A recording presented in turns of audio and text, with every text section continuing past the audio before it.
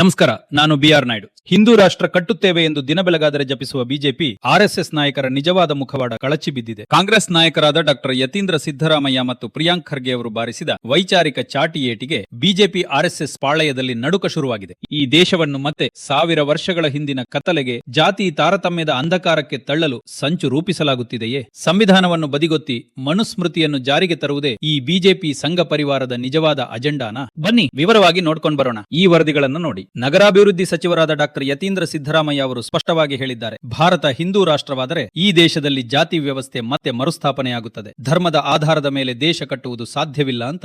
ರಾಷ್ಟ್ರ ಆಯ್ತು ಅಂತಂದ್ರೆ ಈ ಹಿಂದುತ್ವವಾದಿಗಳೇನಿದ್ದಾರೆ ಅವರು ಮತ್ತೆ ಮನುಸ್ಮೃತಿಯಲ್ಲಿ ಇರುವಂತ ಸಾಮಾಜಿಕ ವ್ಯವಸ್ಥೆನ ವಾಪಸ್ ತರ್ತಾರೆ. ನಮ್ದು ಯಾವತ್ತೂ ಕೂಡ ಒಂದು ಧರ್ಮದ ಆಧಾರದ ಮೇಲೆ ರಾಷ್ಟ್ರ ನಿರ್ಮಾಣ ಆಗಿಲ್ಲ. ಇದಕ್ಕೆ ಧ್ವನಿಗೂಡಿಸಿರುವ ಗೃಹ ಸಚಿವ ಪ್ರಿಯಾಂಕ್ ಖರ್ಗೆ ಅವರು 3000 ವರ್ಷಗಳ ಹಿಂದಿನ ಸನಾತನ ಹಿಂದೂ ಧರ್ಮಕ್ಕೂ 100 ವರ್ಷಗಳ ಹಿಂದೆ ಸಾವರ್ಕರ್ ಸೃಷ್ಟಿಸಿದ ಪೊಲಿಟಿಕಲ್ ಹಿಂದುತ್ವಕ್ಕೂ ಯಾವುದೇ ಸಂಬಂಧವಿಲ್ಲ. ಬಿಜೆಪಿ ನಾಯಕರು ಅಂಬೇಡ್ಕರ್ ಸಂವಿಧಾನ ಓದುವುದನ್ನು ಬಿಟ್ಟು ಮನುಸ್ಮೃತಿಯನ್ನು ಪೂಜಿಸುತ್ತಿದ್ದಾರೆ ಎಂದು ಬಿಜೆಪಿ ನಾಯಕರ ಸುಳ್ಳಿನ ಕೋಟೆಯನ್ನು ಪುಡಿಪುಡಿ ಮಾಡಿದ್ದಾರೆ. ನೋಡಿ, ಹಿಂದೂಯಿಸಂ ಅಥವಾ ಸನಾತನ ಧರ್ಮ 1000 ವರ್ಷದಿಂದ ಉಳ್ಕೊಂಡು ಬಂದಿದೆ. ಈ ಸಾವರ್ಕರ್ ಅವರು ಹಿಂದುತ್ವವನ್ನ ಹುಟ್ಟಿಸಿದ್ದು.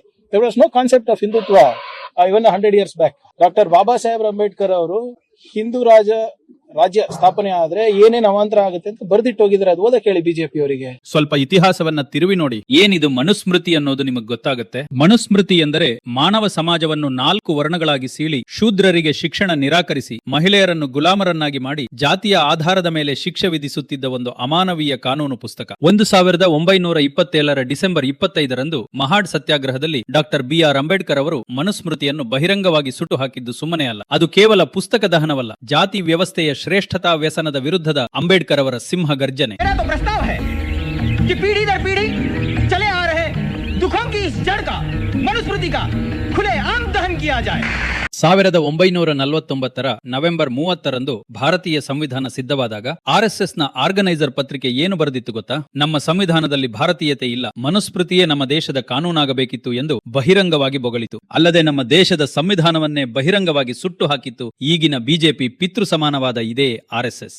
ಅಷ್ಟೇ ಯಾಕೆ, ಆರ್ಎಸ್ಎಸ್ ಸರಸಂಘ ಚಾಲಕರಾಗಿದ್ದ ಎಂಎಸ್ ಗೋಲ್ವಾಲ್ಕರ್ ಅವರು ಮನುಸ್ಮೃತಿಯನ್ನು ಜಗತ್ತಿನ ಶ್ರೇಷ್ಠ ಕಾನೂನು ಎಂದು ಹೊಗಳಿ ಜಾತಿ ಆಧಾರಿತ ವರ್ಣಾಶ್ರಮ ಧರ್ಮವನ್ನು ಬಹಿರಂಗವಾಗಿಯೇ ಬೆಂಬಲಿಸಿದ್ದರು. ಇದು ಇಂದಿನ ಬಿಜೆಪಿ ಪೂರ್ವಜರ ಅಸಲಿ ಎತ್ತು. ಜಾತಿ ವ್ಯವಸ್ಥೆ ಎನ್ನುವುದು ಭಾರತೀಯ ಸಮಾಜವನ್ನು ಒಳಗಿನಿಂದಲೇ ತಿನ್ನುತ್ತಿರುವ ಗೆದ್ದಲು ಹುಳು. ಆದರೆ ಬಿಜೆಪಿ ಮತ್ತು ಆರ್ಎಸ್ಎಸ್ ನಾಯಕರಿಗೆ ಈ ಜಾತಿ ವ್ಯವಸ್ಥೆಯೇ ಬಂಡವಾಳ. हिंदू समाज में उसी प्रकार से हैं जैसे खेत को व्यवस्थित रूप से संचालित करने के लिए मेड़ बनाई जाती है. जाति ठीक हो सकती हैं. ಹಿಂದೂ ಏಕತೆ, ಹಿಂದೂ ಖತ್ರೆ ಮೇಹೆ ಎಂಬ ಸುಳ್ಳು ಘೋಷಣೆಯ ಅಡಿಯಲ್ಲಿ ಬಡವರು, ದಲಿತರು, ಹಿಂದುಳಿದ ವರ್ಗಗಳನ್ನು ತುಳಿದು ತಮ್ಮ ಅಧಿಕಾರದ ಪೀಠವನ್ನು ಭದ್ರಪಡಿಸಿಕೊಳ್ಳುವುದೇ ಇವರ ತಂತ್ರ.